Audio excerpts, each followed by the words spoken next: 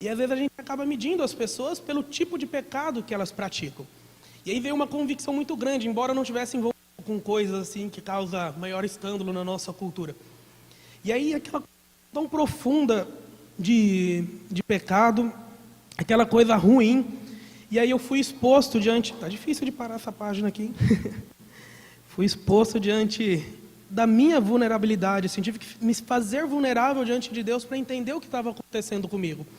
E aí foi quando Deus começou a falar algumas coisas ao meu coração, embora eu estivesse tendo uma vida, vamos dizer assim, de devocional, que a gente calcula, né? Às vezes a gente olha para os outros e baseia se a gente está bem ou não de devocional, como se isso fosse a maneira de medir, né? E eu falei, Deus, o que está acontecendo?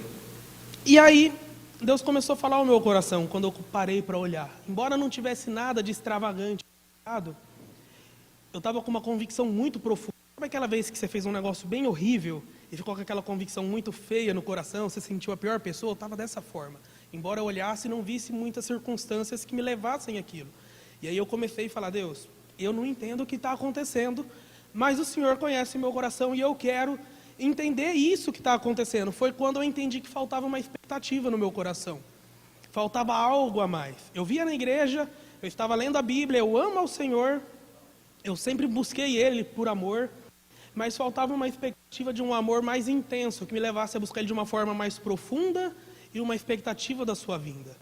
Por exemplo, talvez depois daqui você vai fazer algo com seus amigos, aquela expectativa, nossa, vai acontecer aquilo. Ou, às vezes você está esperando o dia do casamento, o dia da formatura, o dia do aniversário de 15 anos de uma amiga, o dia que você vai viajar lá para Londres, o dia que você vai para Disney, sei lá, você está com aquela expectativa boa de que um dia chegue. E a convicção de pecado que Deus colocou no meu coração é que eu não estava tendo a expectativa pelo retorno do dia do Senhor. E foi quando eu me deparei com um versículo que Deus falou profundamente ao meu coração. Eu não sei se vocês lembram, mas eu preguei sobre esse versículo ano passado. Infelizmente não foi gravada essa mensagem, então quem estava aqui ouviu, quem não estava ficará para a próxima oportunidade, se assim Deus permitir. E Deus falou comigo sobre o Salmo 27:4, quando o salmista diz assim, uma coisa eu peço ao Senhor e a buscarei, que eu possa morar na sua casa todos os dias da minha vida para contemplar a sua beleza, meditar no seu conselho, ou morar na sua casa, depende da sua versão. A versão Nova Almeida atualizada diz assim, uma coisa peço ao Senhor e a buscarei, que eu possa morar na casa do Senhor todos os dias da minha vida, para contemplar a beleza do Senhor e meditar no seu templo. Na versão NVT diz assim, a única, ele não pediu outras coisas. Quem escreveu isso foi o rei Davi. As pessoas entendem aqui que o rei Davi já estava encaminhando para o final da sua vida. Então ele já tinha tido as maiores conquistas em guerra, ele já tinha tido muitas mulheres, ele tinha tido tudo aquilo que o poder, que as riquezas poderia proporcionar. E ele escreveu salmos maravilhosos. E ele escreveu uma coisa no final da sua vida, ele queria pedir uma coisa ao Senhor. E ele escreveu então, nessa versão da NVT assim, a única coisa que peço ao Senhor, o meu maior desejo, é morar na casa do Senhor todos os dias da minha vida, para contemplar a beleza do Senhor e meditar no seu conselho. E aí quando eu me deparei com esse versículo, eu percebi o quanto faltava, embora tivesse amor pelo Senhor, faltava paixão, faltava entusiasmo na minha vida de oração. Às vezes eu ia orar e eu confesso, eu passava ali, eu sempre compartilhei com o pessoal do meu contágio que eu precisava crescer em oração, eu precisava muito, e preciso. Então, tudo que nós conversarmos aqui, primeiro é para o meu coração, vocês sabem que minha boca estão mais próximas dos meus ouvidos que os de vocês, então primeiro para mim e compartilhando com vocês. E aí eu precisava crescer em oração, porque eu orava, mas é tipo assim, tem que orar, né? Não tinha muita paixão por aquilo, e aí Deus começou a me despertar para um lugar de oração, e foi gerando algumas coisas no meu coração. Por vezes eu orei ainda nessa situação de ter que orar, e às vezes acontece isso, mas Deus está gerando uma paixão no meu coração por buscá-lo de uma forma mais intensa, por buscá-lo de uma forma mais verdadeira, que é pela expectativa daquele dia que eu estava falando, da vinda do Senhor.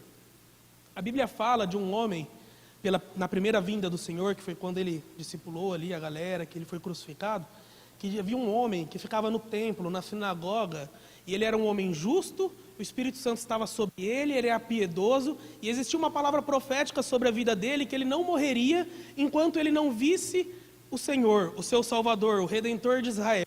Isso está lá em Lucas 2, algum versículo, 25 ou 35. E aí, quando Jesus veio, ele pegou isso e clamou assim: agora posso morrer, porque os meus olhos viram o Senhor, já viram o meu Redentor, o Libertador de Israel. Então, aquela expectativa que ele tinha da primeira vinda foi alcançada. E hoje nós vivemos numa geração que precisa, que necessita desejar pela segunda vinda do Senhor. Romanos capítulo 13, abre aí comigo, que vai ser o texto que nós vamos meditar hoje, tá bom? Ô Rick, eu esqueci uma água aí no estúdio. Se eu esqueci, você me ajuda depois? Romanos capítulo 13, do versículo 11 ao 14.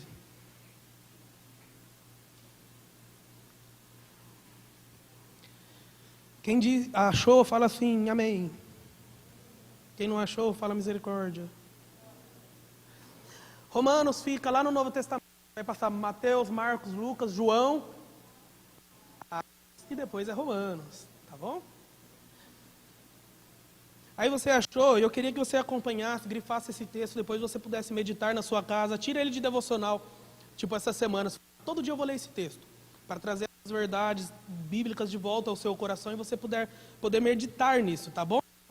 E diz assim, ó: tudo isso é ainda mais urgente, porque vocês sabem como é tarde e o tempo está se esgotando. Obrigado, querido. Despertem, pois nossa salvação está mais próxima agora do que quando cremos no início. A noite está quase acabando e logo vem o dia. Portanto, deixem de lado as obras das trevas, como se fossem roupas sujas, e vistam a armadura da luz. Uma vez que pertencemos ao dia, vivamos com decência à vista de todos. Não participem de festanças desregradas, de bebedeiras, de promiscuidade sexual, de práticas imorais, e não se envolvam em brigas, nem em invejas. Em vez disso, revistam-se do Senhor Jesus Cristo e não fiquem imaginando formas de satisfazer os seus desejos pecaminosos. Graças a Deus, jovem adolescente não fica pensando em forma de satisfazer desejo pecaminoso, para a honra e glória do Senhor. Negócio barulhento. Peraí, gente.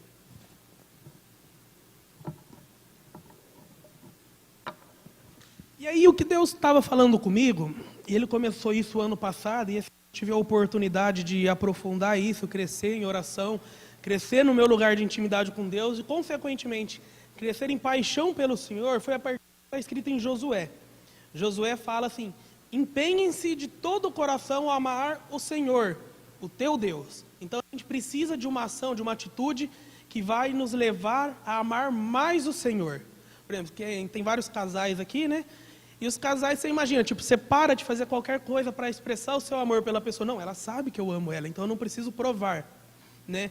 Vai chegar uma hora que a pessoa vai estar que assim com você, né? Não vai dar muito legal.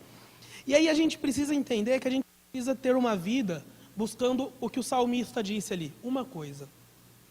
Nós precisamos desejar uma coisa, um estilo de vida que nos leve a ter aquela expectativa, aquele anseio pela segunda vinda de Jesus. Tanto Davi como Paulo, eles estão falando de um assunto escatológico. Para quem não sabe o que significa escatológico, fala a respeito das coisas do fim, ou a respeito daquilo que vai acontecer no porvir, né? Seria mais ou menos o que vai acontecer quando o mundo estiver acabando, né? Vamos dizer assim, numa linguagem bem de hoje, né? Então eles estão falando sobre a segunda vinda de Jesus, o desejo do coração deles, principalmente Paulo. Davi fala do desejo que ele tem por morar na casa do Senhor. Paulo fala da segunda vinda do Senhor. E ele diz, tudo isso é ainda mais urgente. O que é essa urgência que o apóstolo Paulo fala? Se você voltar ali alguns versículos anteriores, você vai ver que ele está falando do maior mandamento. O maior e o segundo maior mandamento. Os dois maiores mandamentos. Que é amar. E tudo isso a gente precisa fazer de uma forma que exceda a perspectiva de amor que a sociedade tem. Porque Jesus disse, né? Nós precisamos exceder em muito a justiça dos fariseus. Quando ele diz isso, não é apenas de uma vida santa, de uma vida que você vai guardar aquilo que ele está falando, aquilo que ele está dizendo que precisa ser guardado. Mas está falando de uma vida onde você vai colocar o seu coração em amor pelo outro e vai amá-lo tanto quanto a si mesmo. Vai amá-lo de uma forma que vai deixar claro para a sociedade. E essa expressão de amor, ela vem de várias formas. Pode ser uma ajuda ao pobre, pode ser o respeito pelo outro, bom dia que você é um morador de rua, pode ser diversas formas, mas precisa ser expresso. E de uma forma muito intensa. As nossas obras de justiça, elas precisam exceder a vida ruim, aquelas coisas ruins que tem na nossa vida. Licença. Então a gente vai falar desse estilo de vida e baseado nesse texto, a gente vai aprender a discernir ele para poder entender qual estilo de vida que nós devemos ter, o que nós precisamos fazer para poder ter uma vida com essa expectativa, com esse anseio, igual o Simeão tinha lá em Lucas 2, 25. Que era a vinda do Senhor. E a segunda vinda do Senhor, ela é iminente. Ela está mais próxima do que quando pensamos, do que podemos pensar. Então, se nós vivermos com essa expectativa, a consequência disso é que a nossa conduta seja modificada. A gente não tem como viver uma vida com a expectativa de um dia chegar e você estar despreparado. Imagina que você for convidado para uma festa de gala, um casamento e um aniversário que você sabe que vai ser muito chique. Vai estar uma banda muito legal, vai estar tudo muito legal, e imagina a menina não vai hidratar o cabelo naquele mês, vai ficar com aquele cabelo seco, não vai passar esmalte, vai ficar com aquela unhona, coisa mais horrorosa do mundo, cheia de bicheira assim do lado, assim, aquelas pelinhas soltando. Você não vai se maquiar, não vai tomar banho no dia, você vai de rasteirinha e com a pior roupa que você tem. E os piá também vão todo mulambão, né? Com a camisa do Corinthians, não vão nem deixar entrar lá. Imagina que coisa horrorosa, gente. Meu Deus. Deus ainda vai salvar os corintianos. Mas, fala amém, gente, pelo amor de Deus, né? Salva os corintianos, Senhor. E os restos também. E aí, você não vai esperar por esse dia de qualquer forma. Você vai ter um estilo de vida, um padrão. Você vai andar de uma forma, falar de uma forma adequada com a expectativa daquele dia. E aí a gente precisa entender, para poder viver na expectativa desse dia, o tempo que nós vivemos. Quando o apóstolo Paulo ele usa a expressão aqui noite, né, vocês sabem que a noite está chegando ao fim, essa expressão noite ela remete a esse século, a essa era, a esse tempo que nós vivemos. Toda essa era, até a segunda vinda de Jesus, significa a era da noite, porque nos tempos antigos, noite, quando Paulo escreveu isso, representava trevas, a escuridão, as obras que não eram justas. E dia representavam as obras da luz, as obras da justiça, as obras de equidade, as obras que deveriam ser praticadas. Então, quando ele diz, a noite já está chegando ao fim, ele quer dizer, esse tempo, essa era está acabando, o Senhor está voltando. Nós precisamos ter expectativa. Vocês sabem que isso é tarde, é urgência, a noite está acabando. Ou seja, essa era, esse tempo, esse século, esse período que nós vivemos entre a primeira e a segunda vida de Jesus está acabando. Então nós precisamos discernir essa era, entender para que a gente não viva zumbis espirituais, como os crentes sonolentos que estão dormindo enquanto deveriam estar acordado. Sei lá o que eu falei aqui. Então, a gente precisa estar acordado, a gente precisa discernir essa era. Não tem como discernir ela com sonolência. Você já acordou de madrugada assim, para ir beber água, não achava nem a tomada, trombava na parede, chutava o bico da cama, aquela maravilha, chutar com o dedinho assim. É horrível. Aí você vai andando assim, às vezes está muito escuro, você sai com a mão assim, ó, procurando onde que está a porta. Quem já fez isso? Olha aí. E aí, você não sabe onde você está e nem para onde você está indo, porque você precisa no escuro acertar onde você está. Então, para discernir a era que nós vivemos e poder ter uma vida com expectativa da segunda vinda de Jesus, para ter uma vida santa, uma vida de paixão mais intensa pelo Senhor, nós precisamos estar acordados. A sonolência espiritual, ela pode nos roubar a vida e também a eternidade. Paulo escreveu, se eu não me engano, aos Gálatas ou aos Efésios, está lá num dos dois, desperta tu que dormes. Ou seja, você está dormindo, às vezes está muito tempo dentro da igreja, está que nem eu, há algum tempo atrás, assim, vou no culto, leio a Bíblia, oro, mas ao mesmo tempo está dormindo. E isso é horrível. É horrível. Nós precisamos despertar para poder discernir a era que nós estamos vivendo.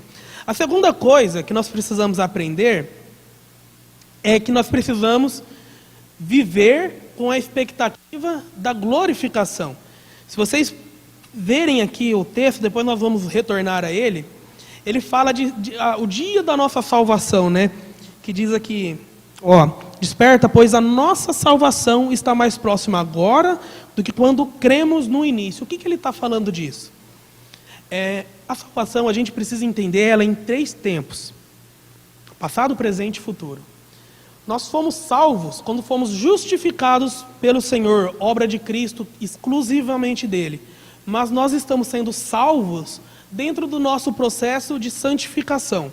E nós também seremos salvos na glorificação, que é quando o Senhor Jesus voltar.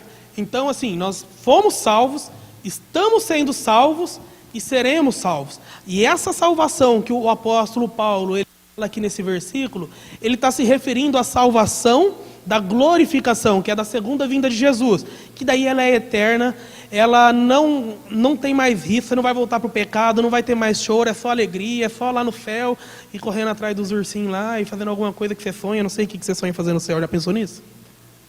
Teve um cara que falou que quer brigar com Adão na hora que chegar lá, eu falei, cara, tanta coisa para fazer, vai brigar. Aí tem um amigo meu que quer descobrir se tem galo no céu. Cadê ele? Tá por aí.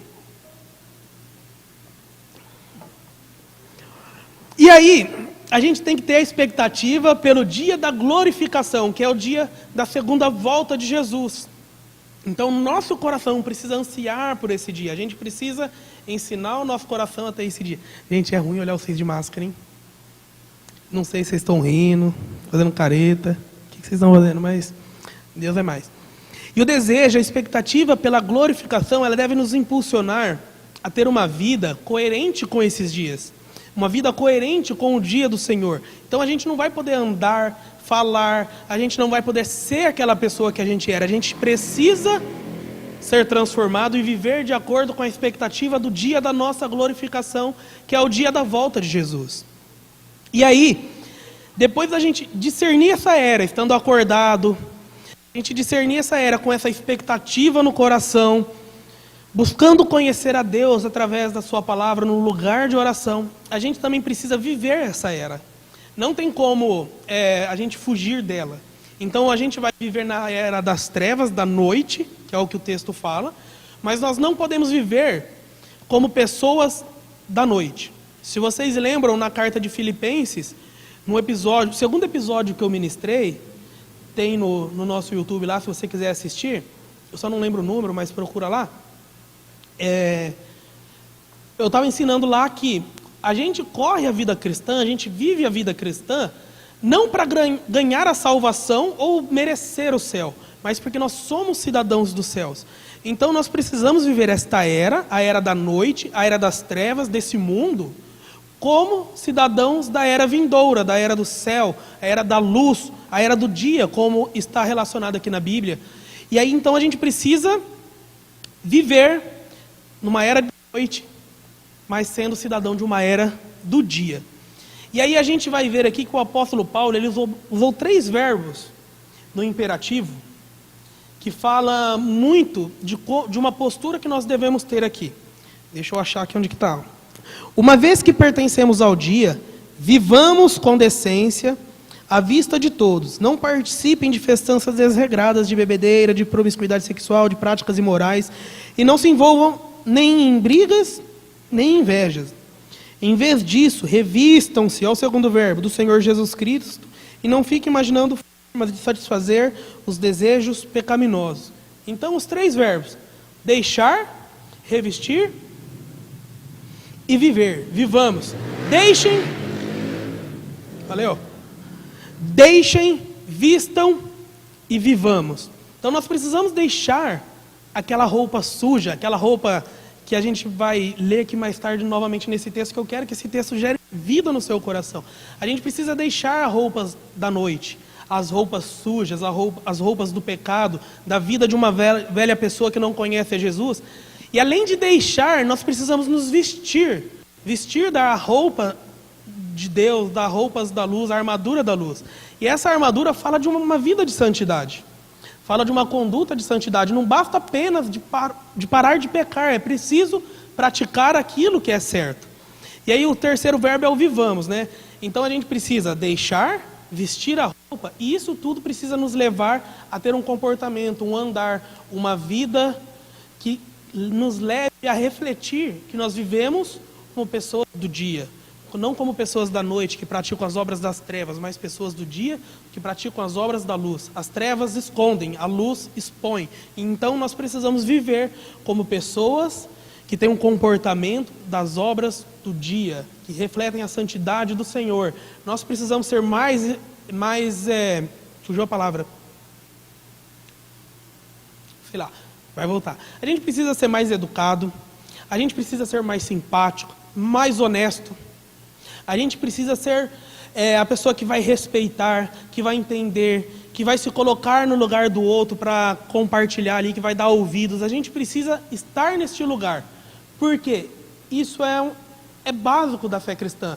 Deus não te chamou para você vir aqui aceitar Jesus, aquecer o teu coração, vir aos sábados aqui, ouvir uma palavra legal, ao domingo, aquecer o seu coração e voltar para casa, e segunda-feira no teu trabalho, na tua escola, aquele amigo, aquela amiga que está vivendo um tempo sombrio na vida dela, não pode ter uma palavra de conforto e de descanso a partir da sua vida, porque você não está vivendo como filho da luz. Nós precisamos viver como os filhos da luz. E aí, se vocês quiserem subir já, eu já vou caminhar para o final aqui. Nós precisamos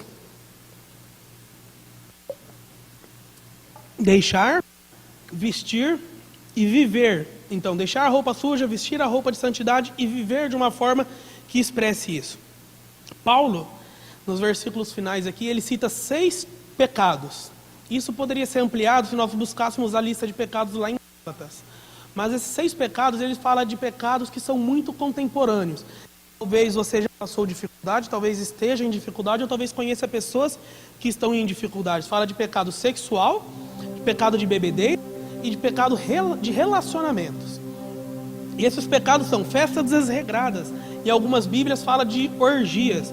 Essas festas desregradas é aquelas festas que, tipo assim, não tem pudor, não tem limite. Vou comemorar, eu estudei 5 anos de faculdade, então na minha formatura eu tenho o direito de fazer isso, porque eu vivi 5 anos o inferno, então essa noite eu vou desfrutar. Não é isso que o Senhor tem para nós.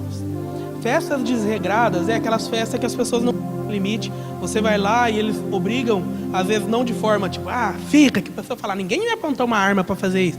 Mas às vezes a situação te leva a fazer algo que você não queria. Quantas vezes eu não atendi alguém aqui que falava, eu perdi o bebê com fulano porque ficaram numa pressão na minha vida, ou situações até muito piores por causa de festas desregradas. Segundo pecado, bebedeiras. Aquelas pessoas que se entregam ao álcool, não conseguem estar em um lugar se não tiver bebida. O que leva para beber? Não, vamos levar cachaça, vamos levar isso, vamos levar aquilo. A pessoa não consegue viver, a vida dela depende daquilo. E ela acha que ela é muito descolada, porque ela está bebendo, está expressando que está bebendo, ela está vivendo uma vida que, nossa, eu estou sendo sei lá quem que ele está imaginando que ele está sendo. De promiscuidade sexual, o outro pecado que ele cita, que nós precisamos deixar.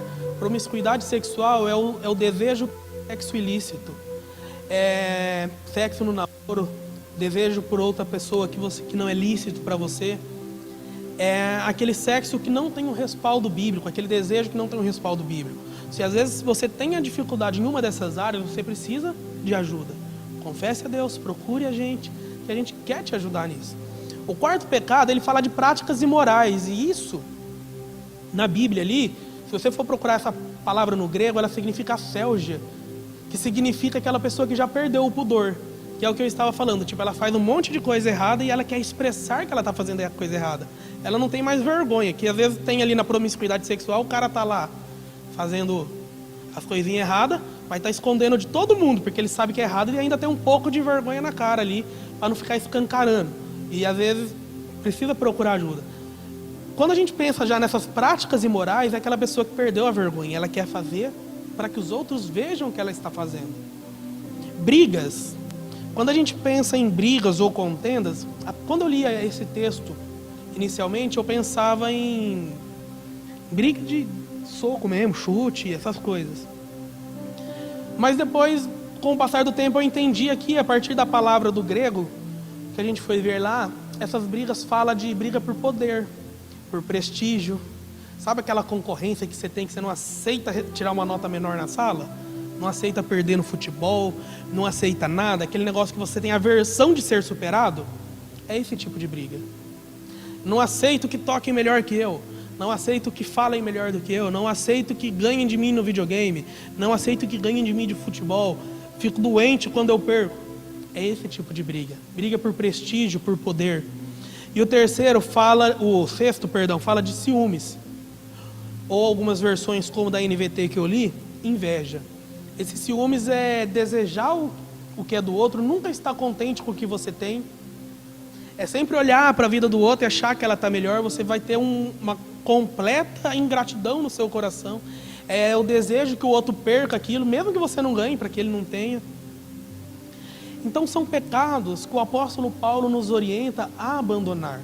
John Stott, ele fala que o cristão, é impossível ter uma vida cristã coerente se ele tiver dificuldades na área sexual, na área de relacionamentos, e sexual, de drogas, sexo, de bebidas e de relacionamento. É impossível a pessoa ter uma vida cristã saudável, que condiza com aquilo, com aquilo que o Senhor tem para nós, com a aparência do dia.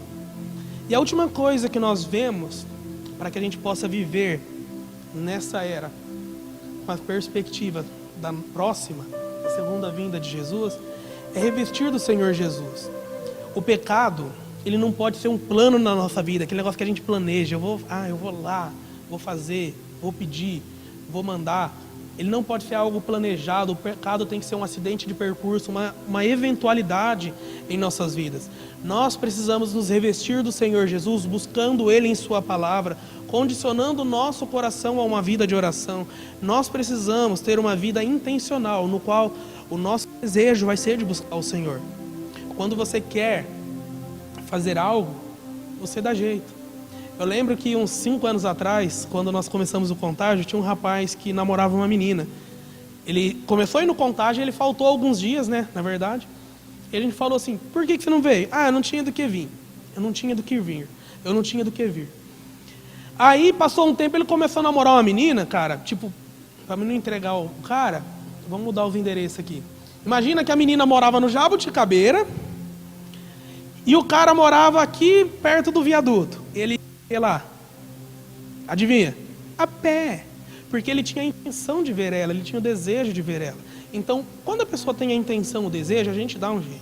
A gente vai colocar isso em oração, vai colocar a palavra do Senhor diante dos nossos olhos e vai buscar aquilo para alimentar o nosso espírito. Então, a gente precisa ter uma vida intencional, lembrar constantemente, diariamente, o nosso coração de buscar e amar ao Senhor. E aí eu falo novamente, não é porque eu sou um líder no corpo de Cristo, porque eu participo no ministério de tempo integral, que eu estou isento disso. Eu preciso, todos os dias, lembrar o meu coração que ele precisa buscar ao Senhor, que ele precisa ter uma conduta irrepreensível, que ele precisa viver como cidadão desta era, do dia, como, não da noite, mas como cidadão do dia.